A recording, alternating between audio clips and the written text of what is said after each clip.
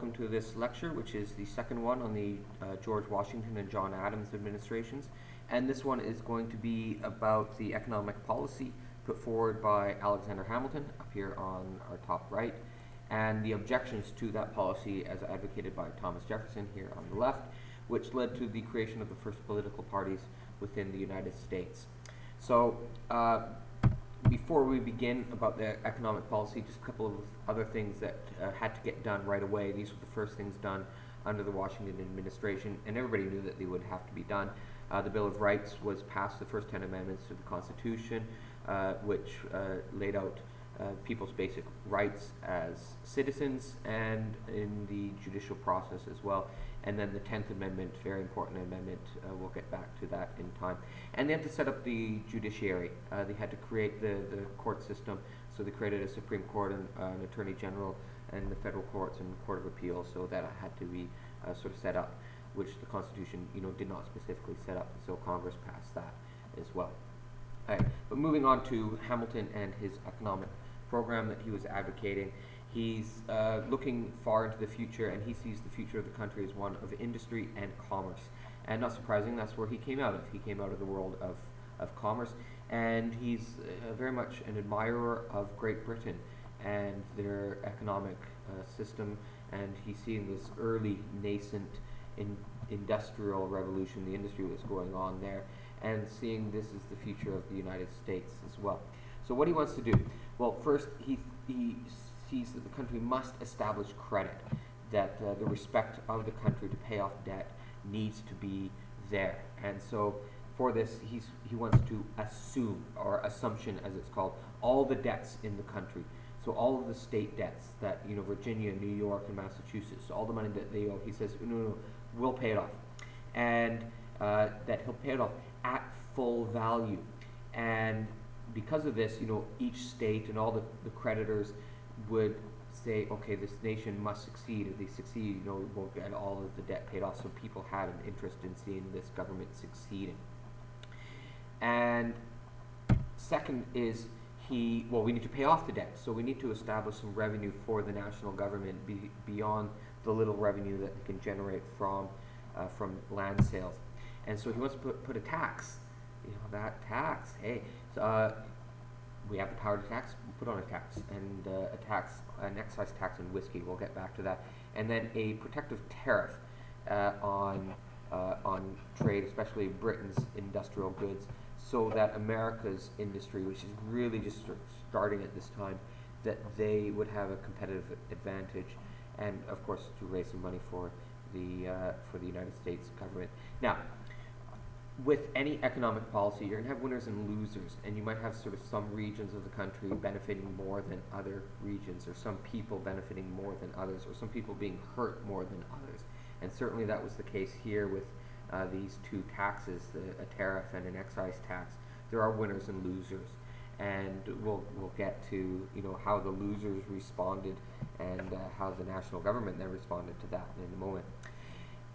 And to get both of these done, Hamilton made a deal with Jefferson, who's just come back from France, and Jefferson, not really seeing the far vision of these and maybe the conflicts on them.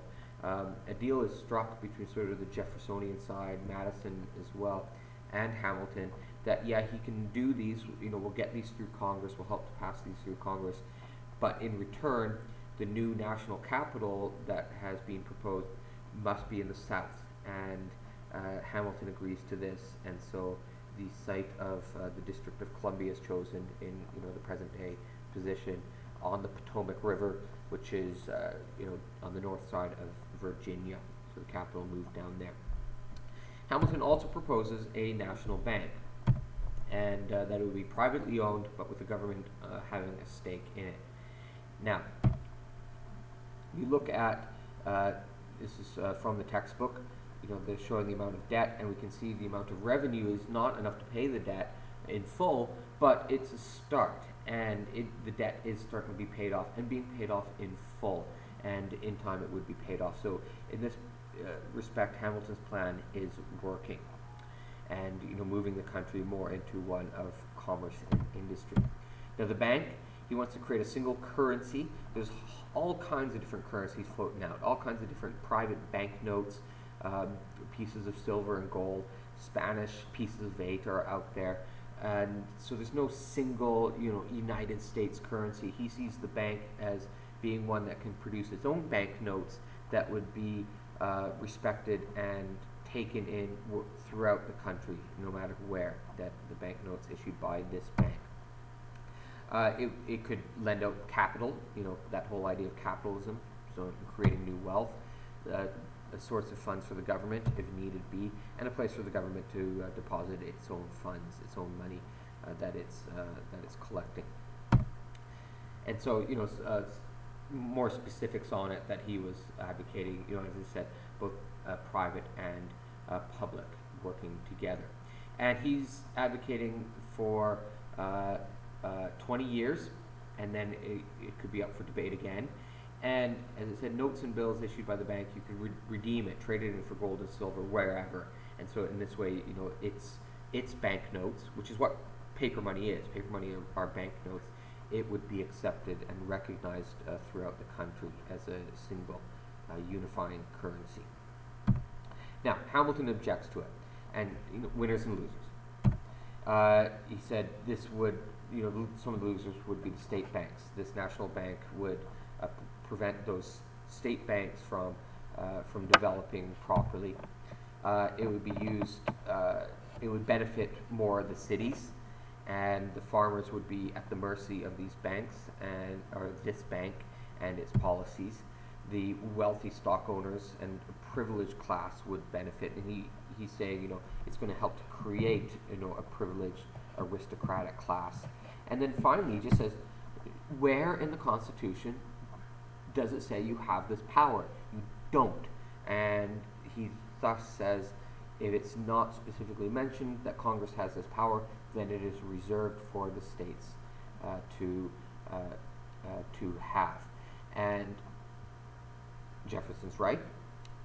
Hamilton would counter, well, we do have the power under the necessary and proper clause of the Constitution. This is, we can do everything that's necessary and proper to carry out all the other things, like commerce, regulated commerce. Therefore, it is constitutional. And they both sort of wrote down their ideas and proposed it to Washington, who said Hamilton is correct in this sense. But the issue's not dead, and it's going to come up again and again. Now, let's get to the whiskey and the response to this. Now, whiskey is very important for farmers, not as something to drink, and a lifestyle, but it's a commodity that you can transport easily.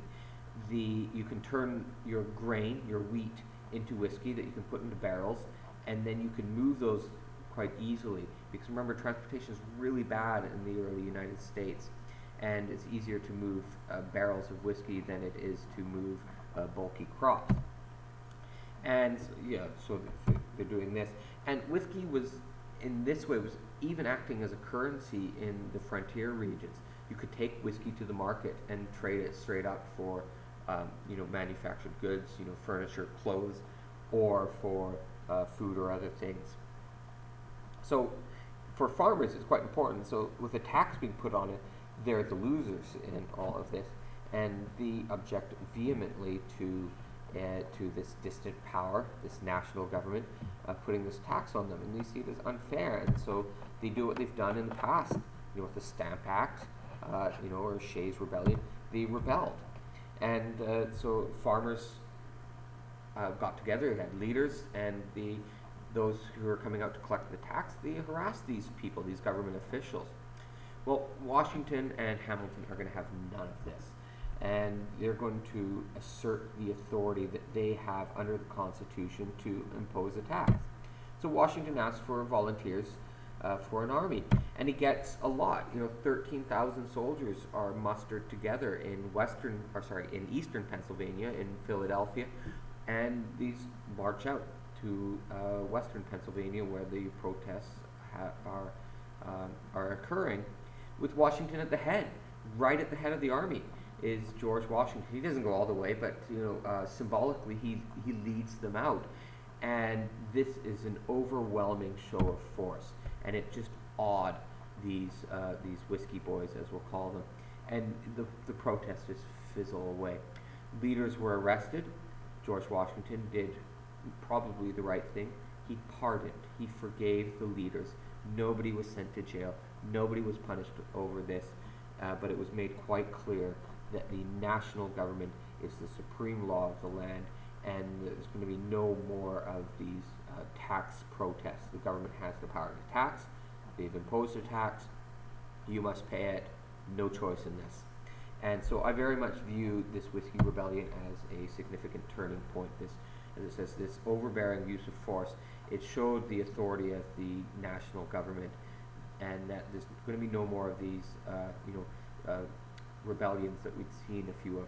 The regulators in the Carolinas, the Paxton Boys in Pennsylvania, Shays Rebellion up in Massachusetts, and go all the way back to something like Bacon's Rebellion.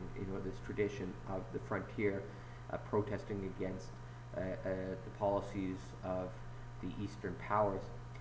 It's not going to happen again. The national government's in full control. So this could be argued as this is the moment when the Constitution works. That the authority of the national government is finalized in a sense. So very much a turning point. Which leads to our first American party system. And it's really between those who advocate a strong central government and those who would rather have a weak central government and stronger local state governments. And the ones in favor of a strong central government, like Alexander Hamilton, George Washington, John Adams, they become known as the Federalists. They favor the federal government.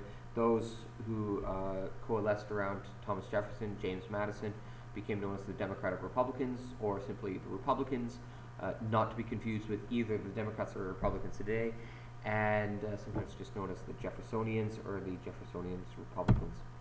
And sort of who, the business, industry, commerce favor the Federalists, and farmers, these yeomen, small farmers, definitely support Jefferson. And where the North and East is more likely to support the Federalists, and the South and the West more likely to support the Democratic Republicans. But that's not to say there are, you'll have exceptions to this.